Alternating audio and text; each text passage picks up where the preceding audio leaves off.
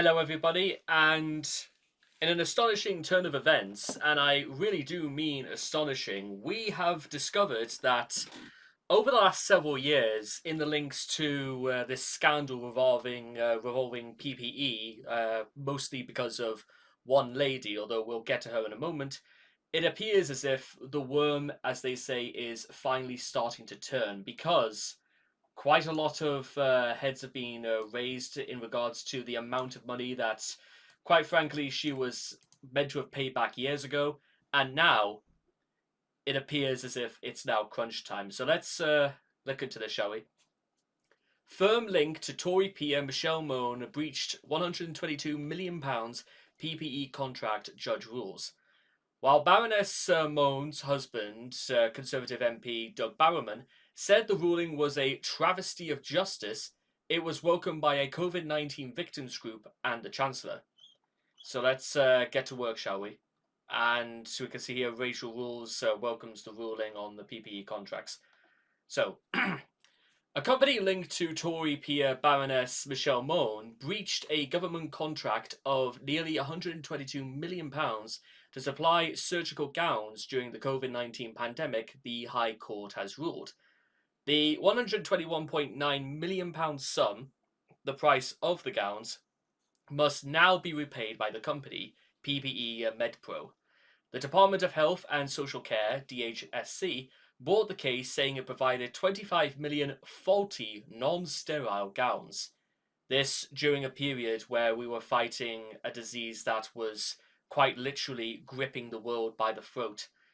And whilst we'll get into possibly what the motives were, or why this was allowed to happen, but we'll move on to this. On Wednesday, the High Court ruled the gowns did not comply with the requirement of having a validated process to demonstrate sterility, and it was not possible for the DHSC to have sold them and recouped the loss. The company, a consortium led by Baroness Mone's husband, businessman Doug Barrowman, was awarded the government contract after she recommended it to ministers.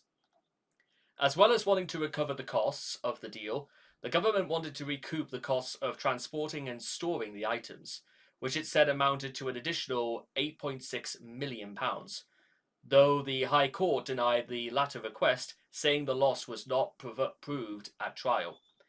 PPE Medpro's counterclaim that the DHSC should have advised it on how to comply with the contract also failed. VIP lane. Both Baroness Mone and Mr. Barrowman denied any wrongdoings, and neither gave evidence at the trial in June. She had initially denied involvement in the company or the process, though which it has handled the government contract. However, it was later revealed that Baroness Mone was the source of referral for the firm getting a place on the so-called VIP lane for offers of personal protective equipment for the NHS. Yesterday, Baroness Mone, a businesswoman who was made a life peer in 2015 following her work as an entrepreneurship czar during David Cameron's premiership, accused the government of making her and her husband a poster couple for the PPE scandal in a lengthy online tirade. The response? Well, in response to the ruling, Baroness Mone said it was shocking but all too predictable. Mr. Barrowman said it was a travesty of justice, and the judge gave the DHSC an establishment win despite the mountain of evidence in court against such a judgment. Her judgment bears little resemblance to what actually took place during the month-long trial, where PPE Medpro convincingly demonstrated that its gowns were sterile, he said.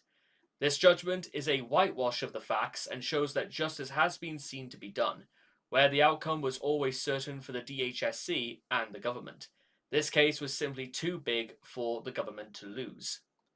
Ahead of the ruling on Tuesday, PPE Medpro said it intended to appoint an administrator.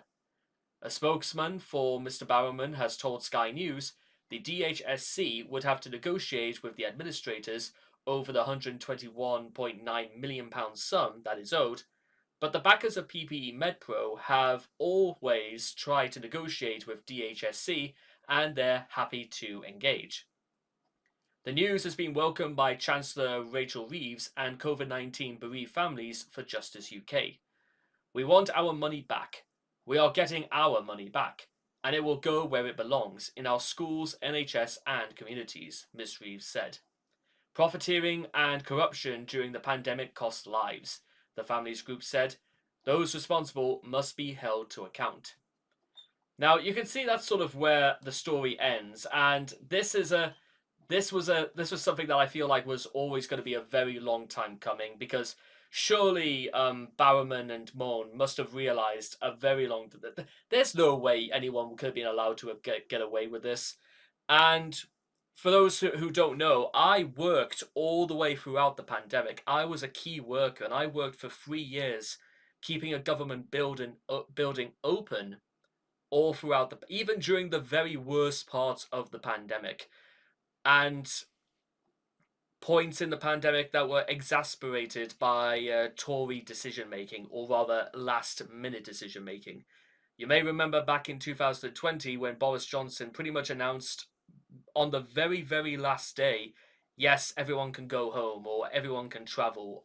I think literally on the 23rd of December.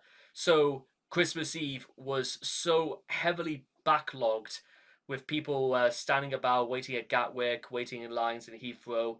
It was an absolute menace. And everything that came back made the situation almost 10 times as bad. And Christ, no, goodness knows how many lives could have been saved in the middle of all of this. I think it's almost countless, and I feel like, well, one thing I may want to possibly add just before we go is that, in the same way that HMRC actually awarded my family because we apparently were paying the wrong tax for years, and we actually received a return for everything that we paid that we didn't have to. Do you suspect that Michelle Mone and Barrowman would have been finally apprehended if the Tories were still in power?